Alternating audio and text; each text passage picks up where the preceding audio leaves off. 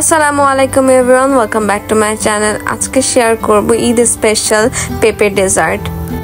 এই পেঁপে ডেজার্টটা কিন্তু ঈদের জন্য খুব একটা ভালো আইটেম, আর দেখতেও কিন্তু খুবই সুন্দর। আশা করি আপনাদের সবার এই রেসিপি ভালো লাগবে। তাহলে শুরু করা যাক। এখানে আমি পেঁপে গ্রেট করে নিয়েছি। এখন এই পেঁপে গ্রেট করার পরে পানির মধ্যে দিয়ে সিদ্ধ করে নেব। এরকম আর নতুন নতুন রেসিপির জন্য আমাদের চ্যানেলটিকে সাবস্ক্রাইব করে আমাদের পাশেই থাকুন।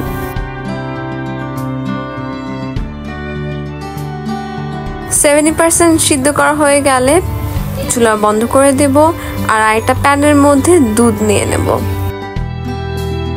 দুধ বলক এসে গেলে এখানে দিয়ে দেবো লেবুর রস। লেবুর রসের পরিবর্তে আপনারা ভিনেগার ইউজ করতে পারেন, যে কোনো একটা ইউজ করলেই ছানা হয়ে যাবে। এবার একটু নাড়াচাড়া করতে করতে দেখবেন ছানা হয়ে যাচ্ছে, মানে দুধ আর কি ফিরে আসবে।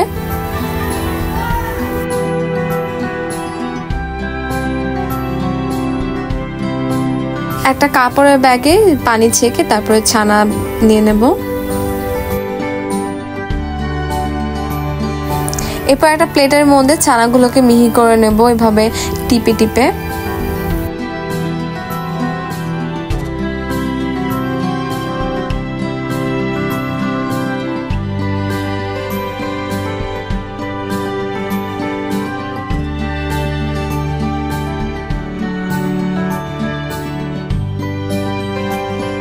এই তো ছানাগুলো মিহি করা হয়ে গিয়েছে। এখন একটা বাটির মধ্যে তুলে রেখে দিচ্ছি সাইডে।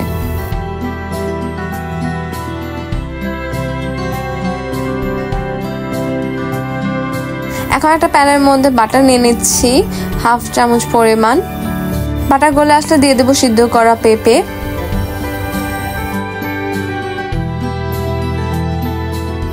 তারপর এই পেঁপে ভাজা ভাজা করে নেব।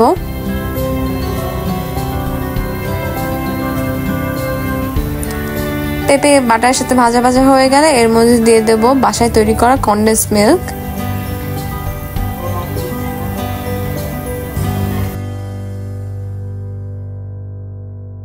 আবার স্প্যাচুলা দিয়ে ভালোভাবে নেড়ে নেব কনডেন্স মিল্কের সাথে পেঁপে।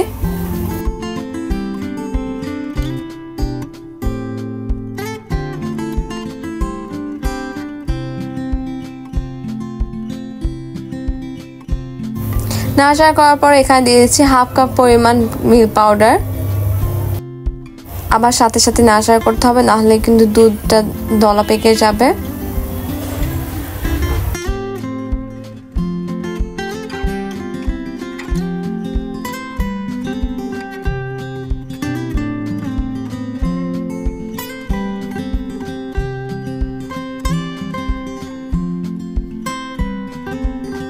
এখন এর মধ্যে দিয়ে দিচ্ছি সেই ছানা।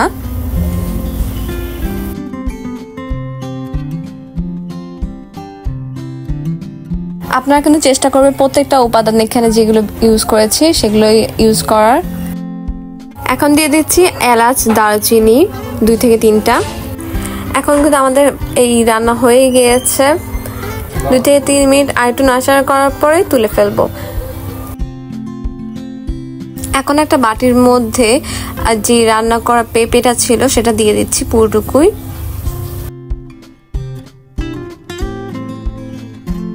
দেওয়ার সময় তেজপাতা, এলাচ, দারচিনি এগুলো তুলে ফেলবো।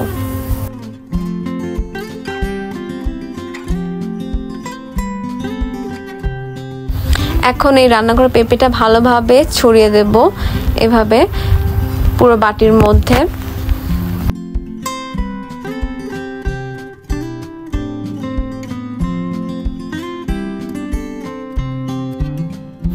রান্না করা পেঁপে দেওয়া হয়ে গেলে 1 কাপ ক্রিম আমি বিট করে নেব এই ডেজার্টের উপর দেওয়ার জন্য।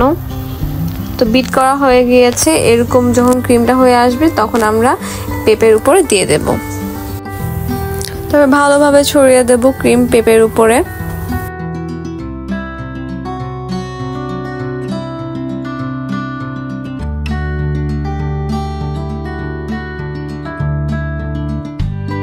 এই তো পেঁপের উপর আমার ক্রিম দেওয়া হয়ে গিয়েছে। এখন আমি উপরে সুন্দরভাবে ডেকোরেশন করার জন্য দিয়ে দেব বাদাম কুচি। এখানে আমি পেস্তা বাদাম ইউজ করেছি, কাজু বাদাম ইউজ করেছি, তারপরে চীনা বাদাম, সব ধরনের বাদাম ইউজ করেছি। তারপর এগুলোকে কুচি কুচি করে ডেকোরেশনের জন্য দিয়েছি। খুব সহজে কিন্তু আমাদের ঈদ স্পেশাল পেঁপে ডেজার্ট হয়ে গেল। এখন এটাকে ফ্রিজে রেখে অথবা ঈদের দিন সকালেও রান্না করতে পারেন, কিন্তু চেষ্টা করবেন ঈদের আগের দিন রাতে রান্না করে রাখার জন্য, তাহলে কিন্তু ঠান্ডা ঠান্ডা খেতে খুব মজাই লাগবে। আর এবার ঈদটা কিন্তু একদম গরমের মধ্যে পড়েছে, তাই ঠান্ডা ঠান্ডা ডেজার্ট খেতে কিন্তু ছোটো থেকে বড় সকলেরই খুবই ভালো লাগবে। তো আমি এই ডেজার্টটা রাতে রাতে বানিয়ে ফ্রিজের মধ্যে রেখে দিয়েছিলাম। এখন কেটে কেটে এটাকে সার্ভ করব।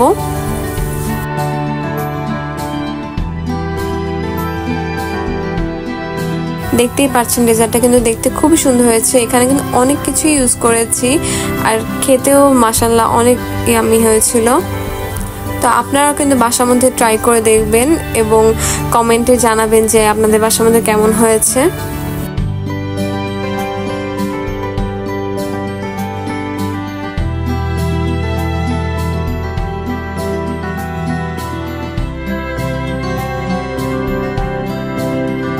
এই পেঁপে ডেজার্টটা কিন্তু খুবই সফট এবং খুবই ইয়াম্মি, ছোট থেকে বড় সবারই কিন্তু খুবই পছন্দ হবে। এরকম আর নতুন নতুন রেসিপির জন্য আমাদের চ্যানেলটিকে সাবস্ক্রাইব করে আমাদের পাশেই থাকুন। আশা করি আজকের রেসিপি ভালো লেগেছে। তো আজকের মতো এখানে বিদায় নিচ্ছি। আল্লাহ হাফেজ।